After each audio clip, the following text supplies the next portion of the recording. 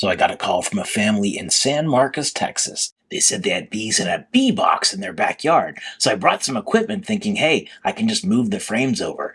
But there were no frames. This was just a wild hive with raw comb. They had been there for a long time, so I just picked it up, put it on a bottom board, used a ratchet strap to put it all together, closed the entrance, and put it in my vehicle, took it home, set it up in the bee yard, and left it there for a few days, and came back another day. Lo and behold, I open up and I found the queen. I'd rather be lucky than smart, for sure. So grab my queen clip, grab that queen, and then now I can just take the whole hive apart. I know I got Big Mama, so I can do whatever I want. I'm not going to kill the queen. I'm still careful. I don't want to kill bees. I'm able to tear this hive apart like a honey badger. And this old comb, most of it was tossed away. But there was some nice brood there. A little bit of brood, a little bit of useful comb.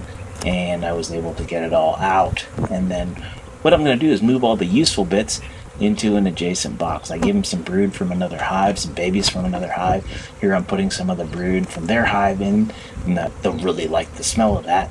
And then I'm going to put a feeder in with some juicy juice, some sugar water 1-to-1, and that'll get them excited about building up. And then it's just a matter of introducing Mama back into the hive. So I just release her from her little cage, and they'll hive right up. These bees are now working hard in the bee yard.